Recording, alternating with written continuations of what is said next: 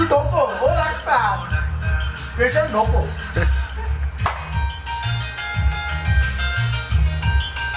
ডাক্তারের নেই কোনো ঠিকানা, আজকে এখানে কালকে ওখানে।